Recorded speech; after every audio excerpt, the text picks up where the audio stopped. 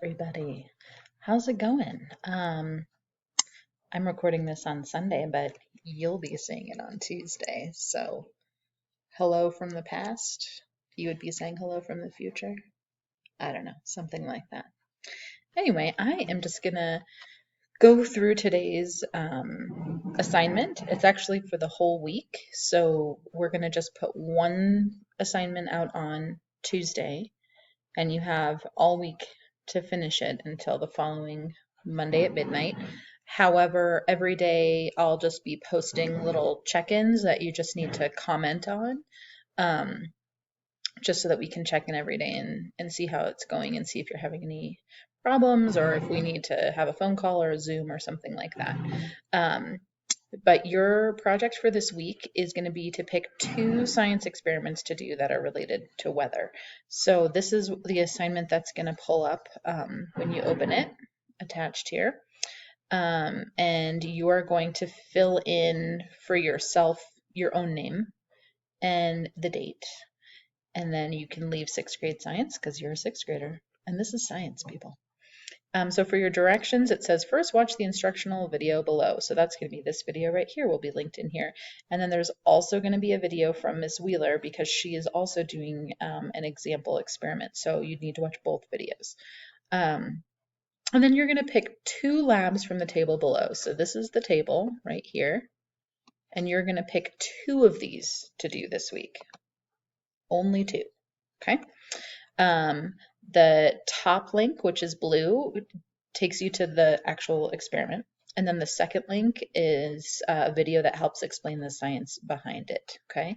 So you'll pick which ones you want to do. I am going to show you the predicting rain experiment. And then later when you watch Miss Wheeler's video, she's going to use the making a thunderstorm video. And what's really, really important to note is that if you can't do these experiments for some reason, you may use my video and Miss Wheeler's video to do your own data. So if for some reason you can't do an experiment, don't worry about it. Just use our video and then write the results from our information and our data, okay? So again, no panicking if you can't do any of the experiments, or maybe you can only do one and then you use one of ours for the second one, okay? That is totally fine. All right, so scrolling down, it says number 3, fill in the lab below for each of your experiments. So before you can do steps 3, 4, 5, and 6, you have to do the experiments and make sure you take lots of pictures while you're doing it, okay? So then you're going to start filling in your lab. Everything that's in pink is an example. So after you've kind of used it to help you, you can delete it. So anything that's pink, go ahead and delete it after you're done, okay? So you're going to do 2 experiments, but we are only going to grade one of them. So you can kind of choose for us to grade the one that you think went better or that you think you did better on. So whichever one you want us to grade, please make it blue. Okay, so you're going to see this hypothesis, data table, insert pictures here. There's my pictures. And your conclusion, you're going to see it on here 2 times because you're doing 2 experiments, and then pick one for us to grade, turn it blue, whichever one you feel a little bit more comfortable with, okay? All right, so going back to that, for your hypothesis, it needs to be an if, then, because statement, which we've worked on in science this year, okay? So if the weather changes, then the pine cones will have a reaction because they need moisture. So before we get too far in here, I'm just gonna show you mine real quick. So we are gonna click the link.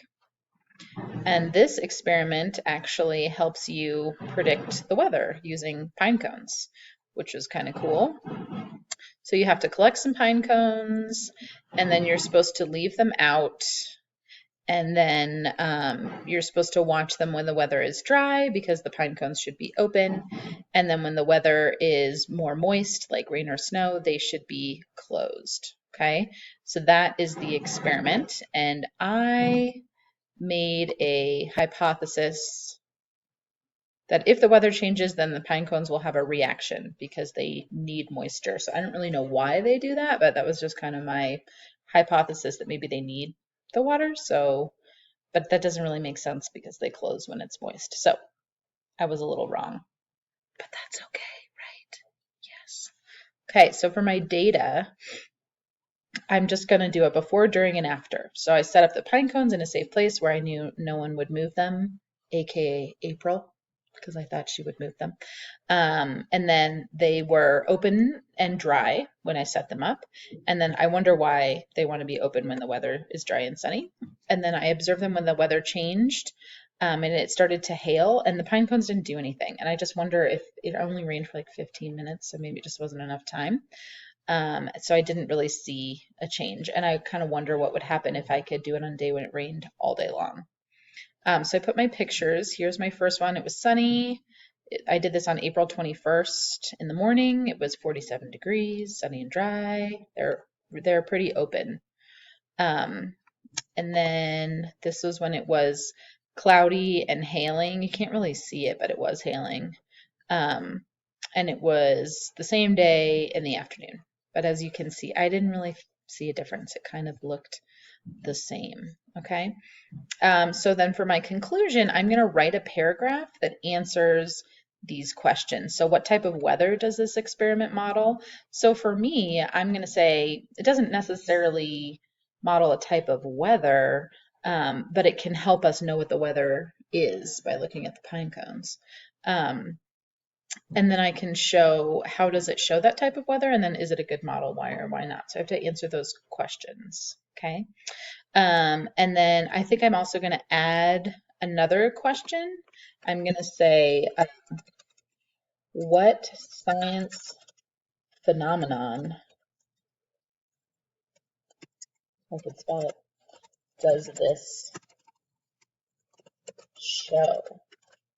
So that word phenomenon means like thing that happens. So for me, I would say I need to go do some research and find out why those pine cones are opening to answer that question, which I can do by clicking on that second link, the green one, the hygrometer. So if I pull this open and we watch it real quick.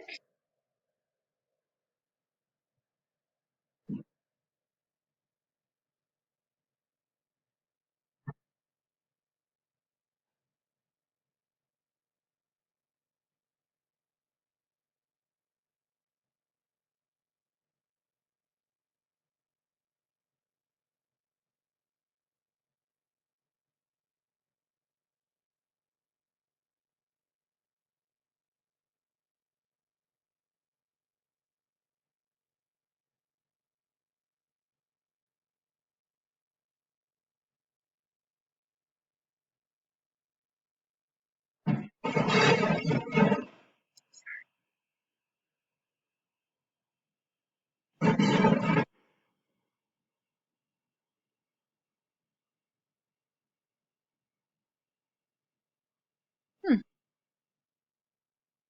Okay, so I can use that information to come down here and answer that last question, okay, about what science phenomenon does it show, okay?